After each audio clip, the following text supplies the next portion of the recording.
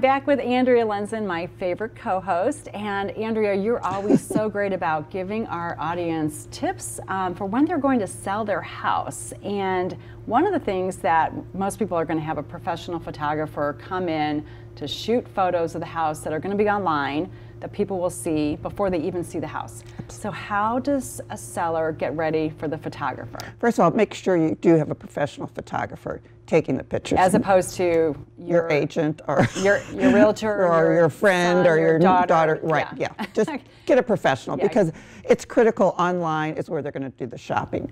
Yeah. So we'll sit down and we'll talk with them. And a lot of the things that you need to do, what people don't think about, is your light bulbs.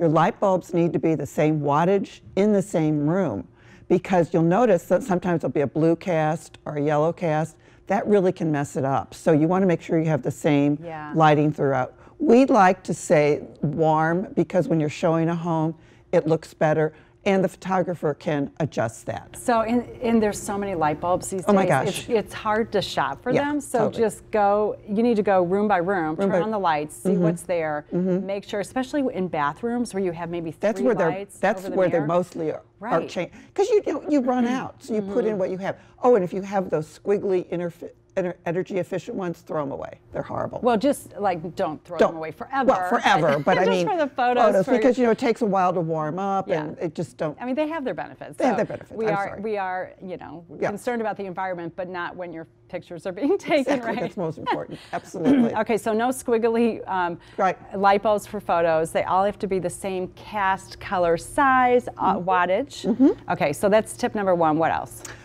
First of all, make sure that all your countertops are cleared off. You don't want to have any personal products out there. You don't want to have any personal photos out there.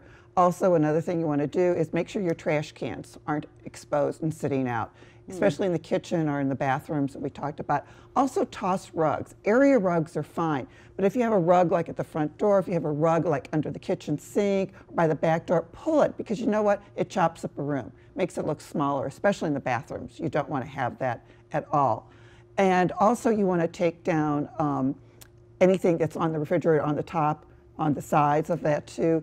Also make sure that no personal names are out. If you have like diplomas, certificates, awards with your names on it, want to make sure that's gone. If you have pets in the home. That's a big one. Yeah, it's a big one. Make sure. You know, most people have pets, honestly, like 75% of households, right? Yeah. So you just want to make sure that their bedding's not in the pictures and their bowls aren't in the picture, their toys. Just kind of remove that for the photos. So look at your room like a buyer might, or like a photographer might, you know, and you want to see the room, the space, you want to see the beautiful cabinets and countertops. So what you're saying is get rid of anything that takes your eye away. Exactly. Area rugs that are small in the bathroom, and you know, we don't think about that because we need them, we like them there, but just roll them up, put them away just for the photos. You can bring them back after. The trash cans make it look you think dirt. You think trash, and we don't want people to think that. You don't want dishes in the sink, definitely.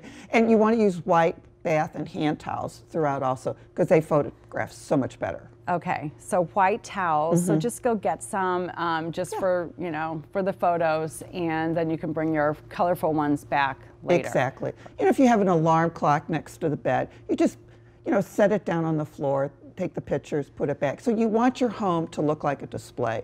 So when you're walking through the home, you'll say, would I see this in a display model? Ooh, and if you just think about, no, I probably wouldn't, then your answer and is maybe even down. go look at some display homes, right? That so that might be a good thing to do, just to you've got to get an idea. See how homes are displayed, because those are being done by professionals. Absolutely. So you can take tips from those homes as well. Absolutely. You don't want to have your cars, you know, in the driveway, or your outdoor trash cans sitting out when they're coming to take the photo. Exactly. You don't want your ceiling fan running. That's also kind of, you don't want the TV on or the remote sitting Yeah, out. and we need to wrap. We could talk about this all day. Forever. But I just want to say, too, look at other photographs. Look online and see what other people, see what works, what doesn't work, because that's what you want to be emulating. So, absolutely. Or not. So, absolutely. Okay. All right, there you go. Great tips for today. Thanks for joining us today on Real Life. I'm Sarah Bernard. Keep coming back, as there's so much to learn in the real estate industry, and we're right here for you.